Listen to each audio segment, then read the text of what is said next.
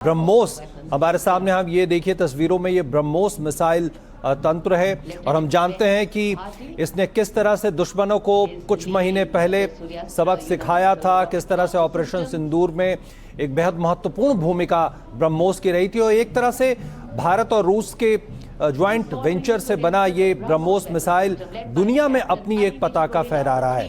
पे ये आकाश missile system है, इसने भी ऑपरेशन सिंदूर में एक बेहद महत्वपूर्ण भूमिका निभाई थी। ये एक तरह से हमारी वायु रक्षा प्रणाली का बेहद महत्वपूर्ण अंग है। आप देख पा रहे हैं ये एडवांस लाइट हेलीकॉप्टर्स ध्रुव का ये प्रदर्शन है।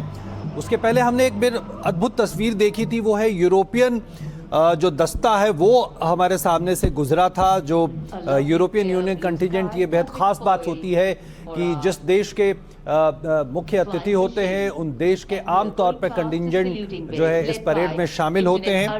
और उसके बाद आपने ध्रुव हेलीकॉप्टरों का दस्ता देखा और अब आगे आप देख रहे हैं कि जो हाई मोबिलिटी रिकॉनेसेंस व्हीकल है वो आपके सामने ये कर्तव्य पथ पर राष्ट्रपति महोदया उनको सलामी देते हुए। और ये बेहद महत्वपूर्ण है इसलिए कि ये भारत का पहला स्वदेशी रूप से डिजाइन किया गया बख्तर 1 लाइट स्पेशलिस्ट व्हीकल है। और ये महिंद्रा डिफेंस सिस्टम द्वारा ये विकसित किया गया है। खास बात यह है कि वेरी लो विजिबिलिटी में ये काम करता है। Powerful display of indomitable spirit of our Apache attack helicopters, known for its unmatched power and lethality across the world. 2 Apache helicopters flown by Colonel Vikrant Sharma, Sena Medal, along with Lieutenant Colonel Manoj Saraswat। Apache helicopter जो एक तरह से भारत के helicopters के द्वारा युद्धक हेलीकॉप्टरों की एक तरह से रीढ़ बन चुकी है। और ये H-64E के नेतृत्व में ये हमारे सामने है। और साथ में मेन बैटल टैंक अर्जुन 77 बख्तर-1 रेजिमेंट के कैप्टन विपनजोत सिंह विर्क की कमान में T-90 भीष्म टैंक का मशीनीकृत कॉलम अपनी गर्जना से वातावरण को गुंजायमान कर रहा है। और उसके ठीक बाईं ओर है 75 आर्म्ड रेजिमेंट के मेजर हितेश मेहता की कमान में अर्जुन MK-1 मुख्य युद्धक टैंक। स्वदेशी रूप से विकसित है ये प्लेटफॉर्म आत्मनिर्भरता और युद्ध भूमि तत्परता के लिए भारत की प्रतिबद्धता को दर्शाता हुआ। उसके ठीक पीछे BMP-2 और नाग मिसाइल प्रणाली एक साथ शान से आगे बढ़ते हुए भारतीय सेना की मशीनीकृत ताकत के 2 शक्तिशाली प्रतीक है ये। 2 गार्ड्स के कैप्टन अक्षय कुमार बाली के नेतृत्व में द मैकेनाइज्ड इन्फेंट्री रेजिमेंट का BMP-2 कॉलम आगे बढ़ रहा है। और साथ में है Nag missile system MK-2 17 mechanised infantry regiment के लेफ्टिनेंट शशांक शर्मा के नेतृत्व में। नाग मिसाइल सिस्टम रेजिमेंट का आदर्श वाक्य है 17 मेघ हर मैदान फतेह, उसे दर्शाता हुआ।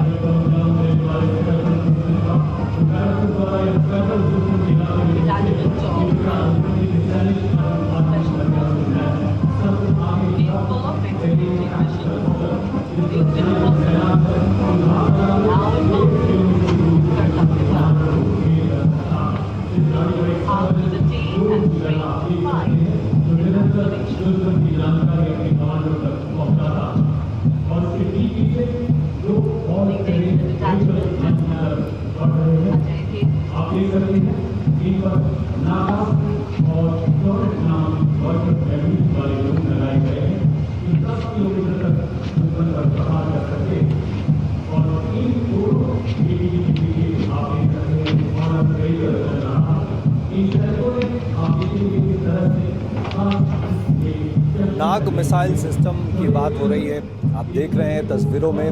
और उसके बाद स्वदेशी रूप से विकसित ये तीसरी पीढ़ी के fire and forget anti tank missile है।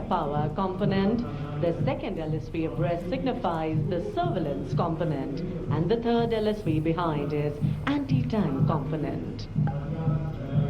और ये नाग मिसाइल जो 5 किलोमीटर तक दुश्मन के टैंक को निस्तेनाबूद कर सकता है। Nag top attack anti tank guided missile दागने में भी सक्षम है। और बेहद ख़ास बात कि इसका विकास देश में ही हुआ है और DRDO की DRDL द्वारा विकसित किया गया ये पूरा प्रणाली है और जो दुश्मनों के टैंकों को नेस्तनाबूद करने की क्षमता रखता है।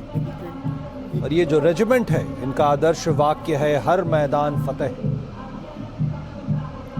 LSB और UGV unmanned systems, robotic dogs and UGVs इस समय कर्तव्य पथ पर और मानव रहित जमीनी वाहन माउंटेड UGV इसकी कमान संभाली है गोरखा राइफल्स के कैप्टन विकास यादव ने। MSME और स्टार्टअप द्वारा घरेलू उच्च तकनीक का इस्तेमाल इन वाहनों को भारी हथियारों के साथ लोड किया जा सकता है।